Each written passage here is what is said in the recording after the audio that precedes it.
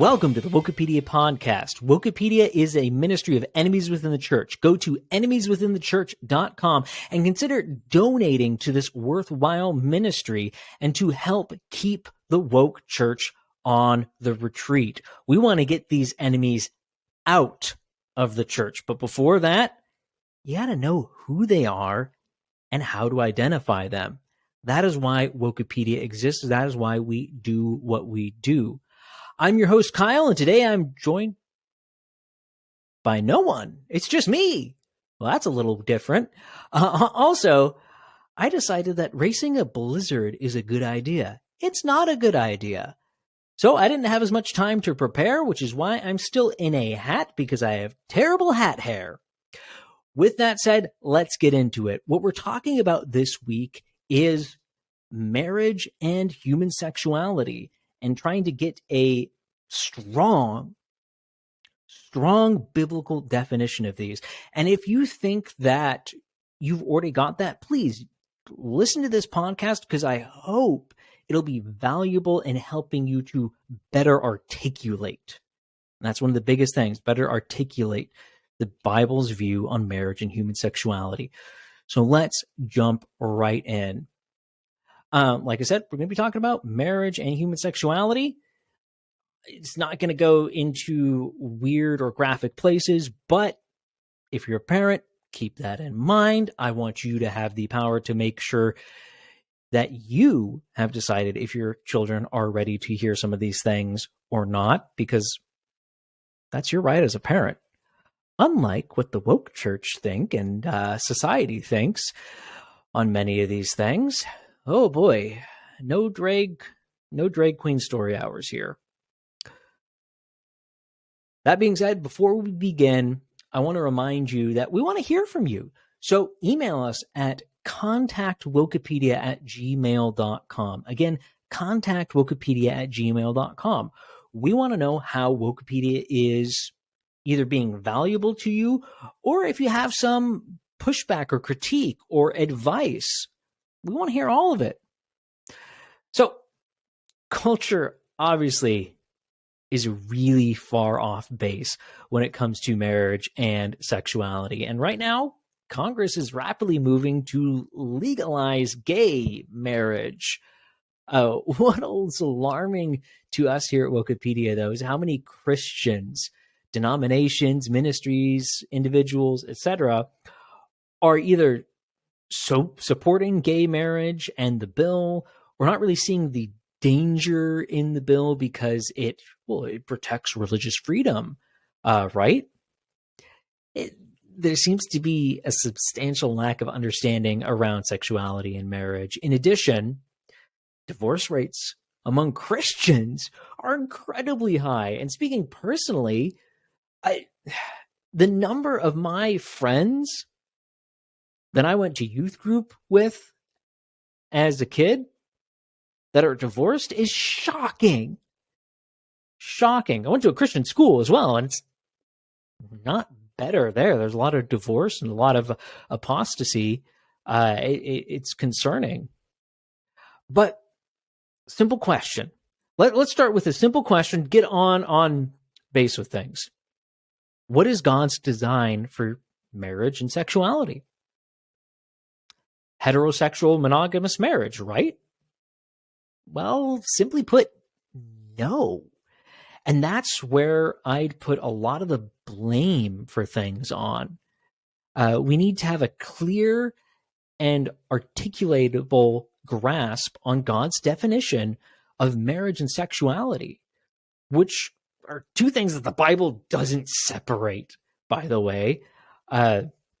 If we hope to turn things in the church around and ultimately society, we need to have that strong basis, and we need to, again, not separate these things. Well, okay then, Kyle. So what is the biblical view? And what is wrong with the definition that I just rejected? I think the best way to sum up God's design is this: a husband for his wife and a wife for her husband. You see, this strikes at a few things that bother me about how we present both marriage and sex. First, again, it's that the Bible doesn't separate the two topics. They're linked.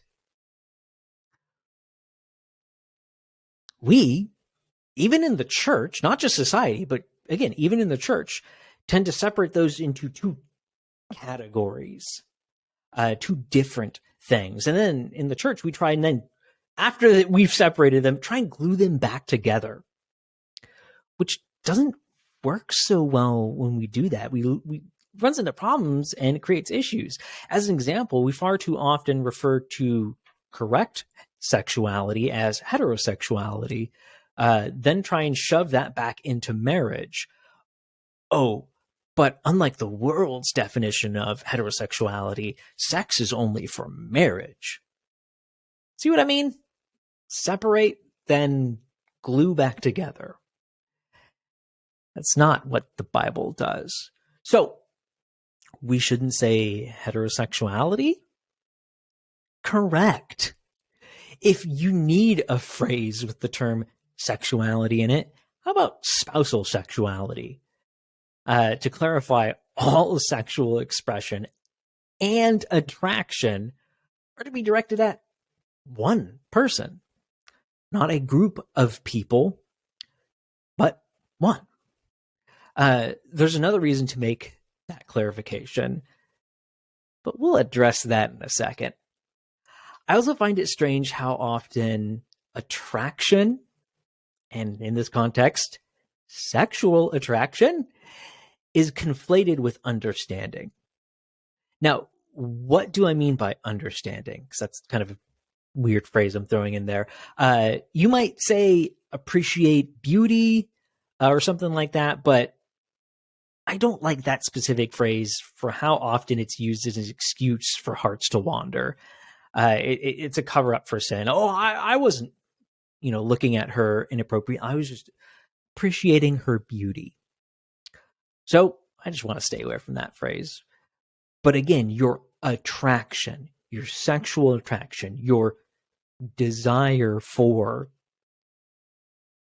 is only for one. This is radically different than the world's take.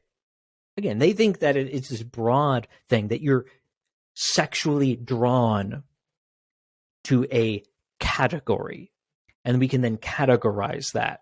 And unfortunately, again, in the church, we adopt some of the terminology like heterosexuality, and then try and, well, we don't mean it like the world does. We're then going to try and put it back into marriage. But again, that causes confusion. So the next thing, and maybe you caught it in my initial definition, I said for, not simply attracted to. Remember, sex is the culmination of a marriage relationship, not something separate that just happens within the confines of marriage. So that means it's an extension of the marriage relationship. What applies to marriage is carried over into that aspect of marriage, into the intimate part, the sexually intimate part of marriage. And that includes seeking the good of the other, not ourselves, aka selflessness, not selfishness. Yeah, even in that regard, it's still about them, not you. You're not entering that space to fulfill your own flesh. That's the world's view. That's the world's take on sexuality. And then might be like, well, in it, you want your partner to feel good too. No, they're doing it to satisfy their own flesh. You're entering that space to give to your spouse. It's not about take. Just like a marriage relationship doesn't work if it's about take. This is part of the marriage relationship. This is the ultimate physical, emotional, spiritual culmination of the marriage relationship. So you can't just toss certain things out. But again, radically different from the world's view. Radically different from the world's view. But Kyle, do you have anything to back up that claim? Well, yeah. Got the Bible. And specifically, let's look at 1 Corinthians 7:4, which says, "For the wife does not have authority over her own body, but the husband does. Likewise, the husband does not have authority over his own body, but the wife does." And there are other passages that hit on the same points, but that one is, well, it speaks really direct to the topic at hand. Not just about the selflessness that's supposed to be in marriage, the service of the other, but puts it into the context of the bedroom. So pretty darn relevant. And last thing on my list of that I want to point out is things, a list of things that bother me. It's that marriage is a reflection of Christ and his church. I know. Radical thought there. And before you tune out, I'm building off of that point. Not only does he define it, but it means that there's an existing relationship to judge our view of marriage by. Again, we're not into any different or radical territory, but I think that we don't really take the time to process the implications of that and how it defines a lot of the edges of marriage more so than we allow it to. Remember how I said we'll address that in a second? Well, that second's now. Who is the object of our devotion as the church? Jesus is. I mean, more generally, God. But we're talking about the marriage analogy that's found between Christ and his church. So in this context, Jesus is the bridegroom of the church. He is the object of our devotion, of our attraction, of our desires to serve and please. Anyone else? Anyone else besides Christ? No. It'd be sinful to chase after other gods or other things, to have idols. And it's still sinful even before you're saved. Idolatry is still wrong, even if you don't know the true God. You can break the first commandment, even if you don't know who God is. It's still sin.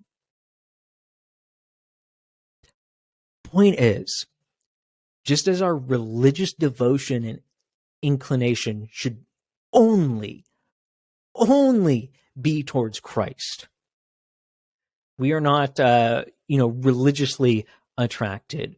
We are Christ's. We're Christ's bride alone. Our physical attractions, marital devotion, etc., should all be for our spouse. No one else. Again, we can't say, I'm religiously attracted, but I'm only expressing that in the confines of my relationship, my religious relationship with Christ.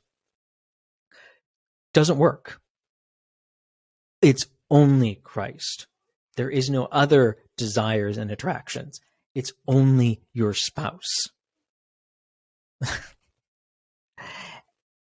And again, just as it would be wrong to come to Christ to fulfill our own desires, come to Christ so that we benefit, which is essentially how I was preached the gospel to as a kid, was believe this thing and you get to go to heaven.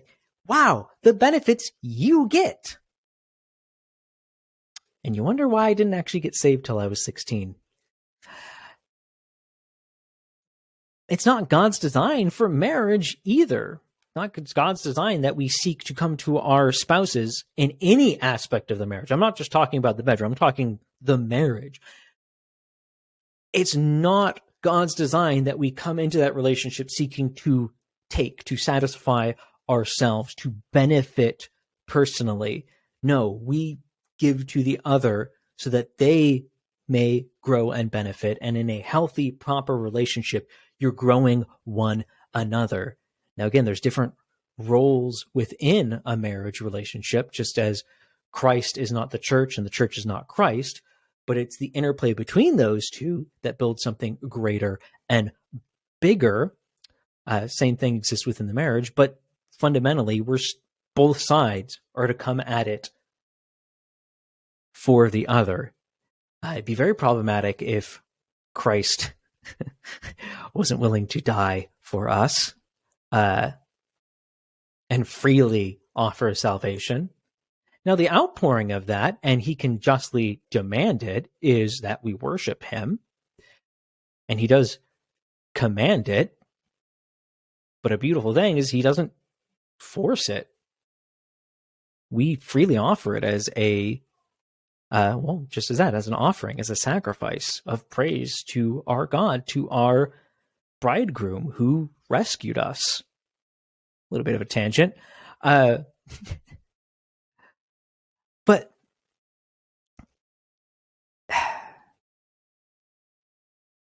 if we selflessly seek and serve Christ, we will be filled. And likewise, when we selflessly build a relationship with our spouse and carry that into the bedroom as well, we will find the fulfillment that God designed that relationship to bring.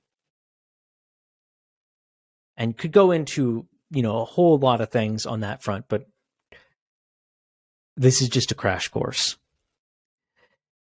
And again, this is something on all three of these points.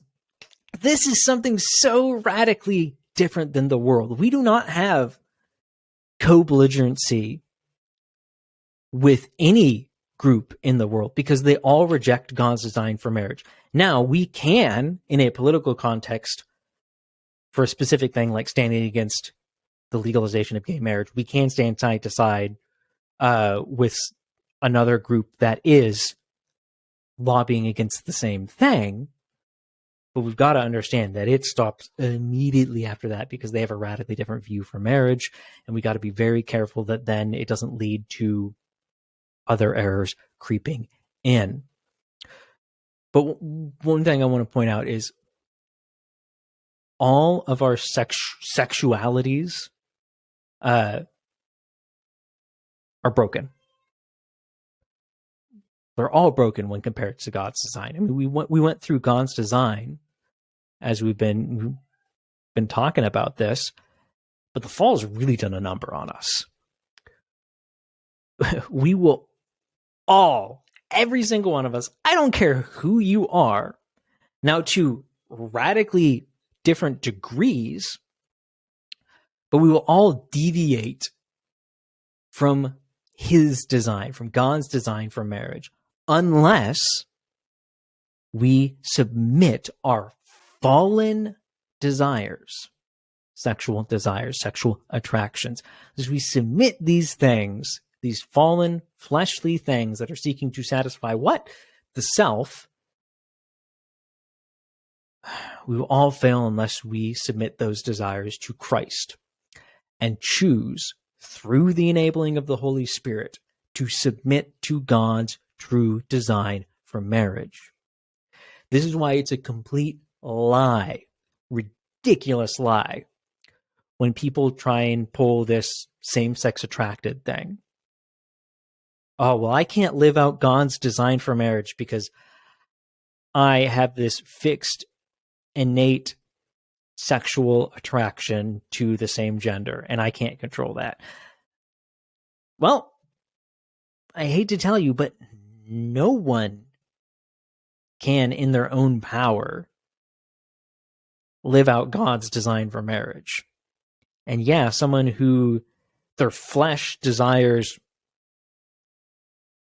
to sin with members of the same sex, they are further away, but there's still a chasm that we all exist on the wrong side of, and only through Christ can we cross over that.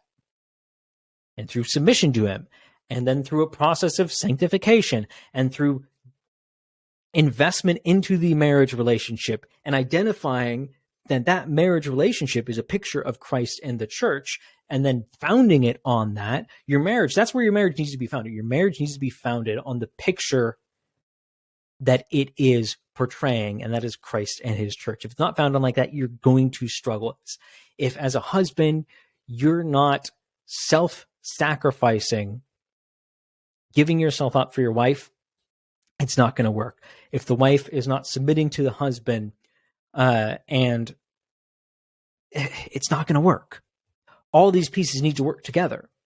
And again, that is not separated from sexuality. It needs to be carried into that space as well, or else it's going to cause problems. It's not going to work. You're going to run into problems. Back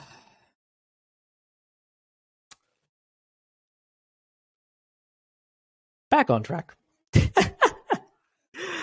Just as we need to know the love of Christ to properly know how to love our spouses, we need the breaking of our slavery to sin to be able to live biblically when it comes to sex and marriage. God's design for marriage sure is a lot narrower than we generally make it out to be, both internally in the church and also externally when we're representing it in society. Then again, so is the path that leads to salvation, which involves Christ and his church. Funny how that works. It's almost like God is connecting things. But what's the point? What's the point of bringing this up? Okay, Kyle, great. Your Wokepedia. Thank you for talking about a biblical view of marriage and sexuality and linking those things, removing that separation that we often do, giving us a good crash course on things. But what's the point? Why am I talking about it? Well, I have 3 reasons. And there are certainly others that could be talked about why this is valuable. But first, it clears up things in the church. And I think we know that there are a lot of things that need to be cleaned up in the church right now, even specifically on this topic. But I want to see marriages strengthened and teachings about marriage strengthened, as well as giving Christians a stronger grounding on the topic. I want them to be firmly rooted. I want you to be firmly rooted in God's truth on this issue in a deeper way. And this also includes combating woke distortions and corruptions on the topic. And just like training with a sword makes you more effective with it, when you have a stronger, deeper view of biblical marriage, and I'm going to stop saying sexuality. I'm just going to say marriage because, again, they're not separated. I only separated so we could relink them. But when you have that strong view, you'll be more effective at refuting errors. When you know how to wield the sword, you can cut down those who are opposed to it. And the next objective, I mean, that's pretty simple and it's pretty obvious, right? Strengthen the church, strengthen the Christian, refute error in the church. The next objective is so you can answer questions and objectives.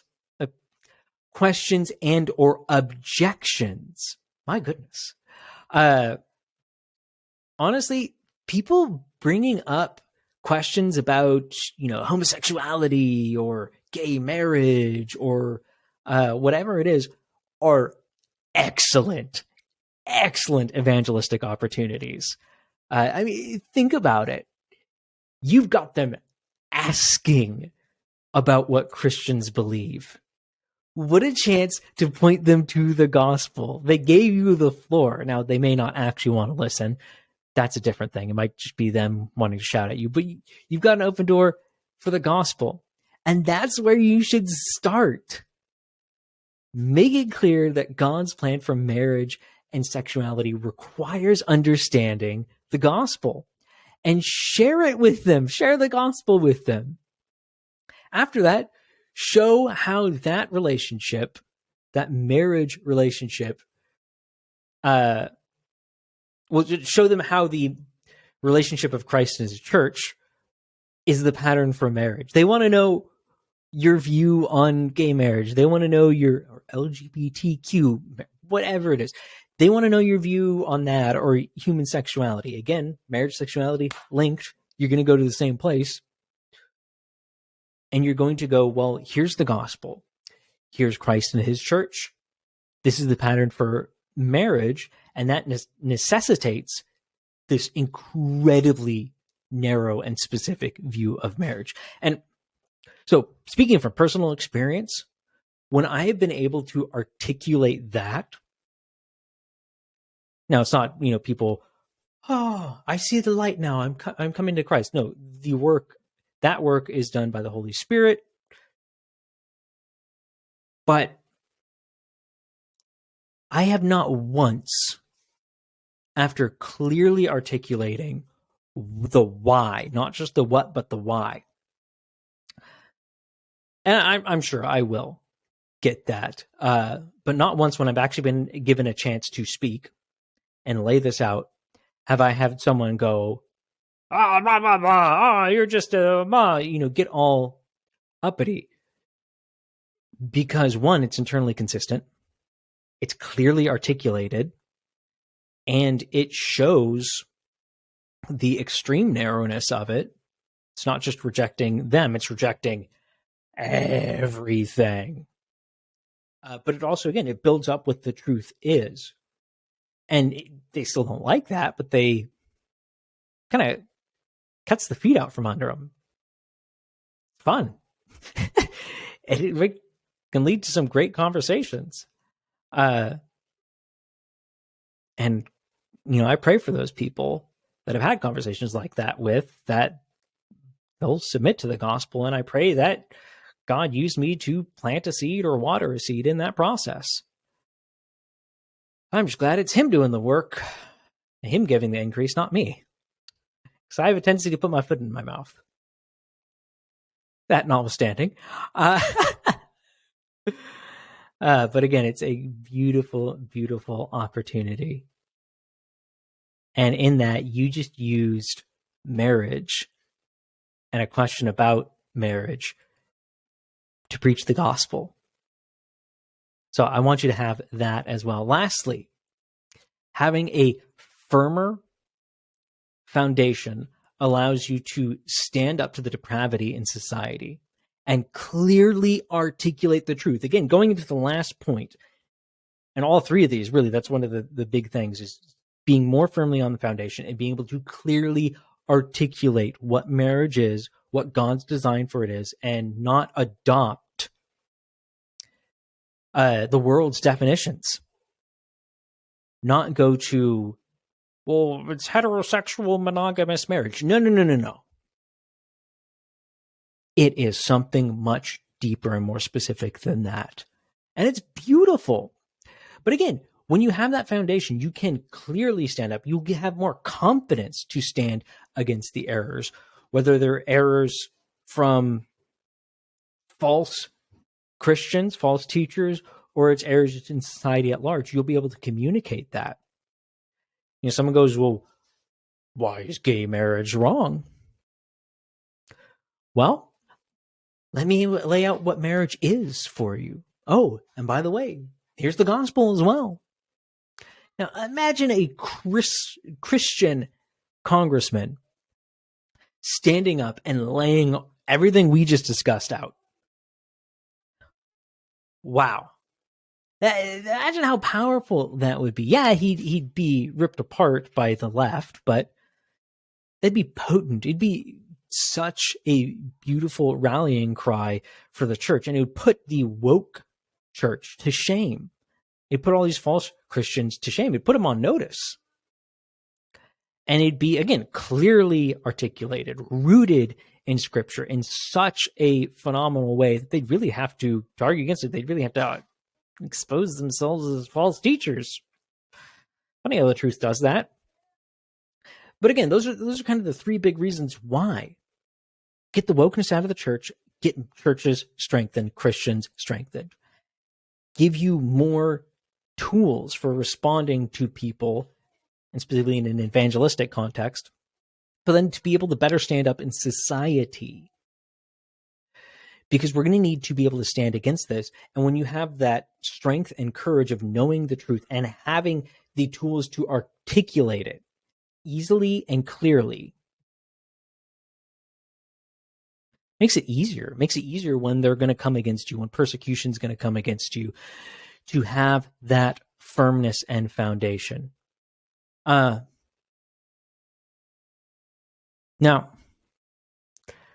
not only through this has been a super brief crash course on things, and I hope there's been some nuggets in here that are valuable. Maybe this wasn't the clearest laid out. Like I said, I decided that racing a blizzard was a good idea. Perfectly safe, perfectly fine. I wasn't in any serious or real danger. At least that's the story I'll tell my wife. Oh, she listens to this. Oh, no. But we need to be clear on this. As much as we need to be clear on all the other topics that the woke church distorts and society tries to distort, especially as persecutions increase and people come against us more and more and more. And again, the power of an articulatable point cannot be understated. But I also mixed in a little bit there. I mixed in a little bit of a sermon. And your homework this week, after listening to this, is to read the passage that this podcast connects to. And that's 1 Peter 4. Yeah, the whole chapter. Not a long chapter, but go read it. I thought about mixing that in here in the episode, but decided against it because I wanted to get your brain working. I wanted to get you kind of interacting with the topic, both the obvious ideas about marriage and human sexuality, but some of the points that we've hit through this that relate to 1 Peter 4. It's kind of a little creative way to get you to engage with God's word. We talked about a lot of stuff. Go read 1 Peter 4 and see how this conversation relates to that. But again, I hope this has been helpful. And if it was, consider subscribing. So you get the Wokepedia podcast. You get notified about it. Share it if it was useful and you believe it would be helpful to others. Or go to enemieswithinthechurch.com and donate to keep this ministry running. We are working hard on this, and I wouldn't have the equipment to be able to transmit this to you if it wasn't for people supporting us.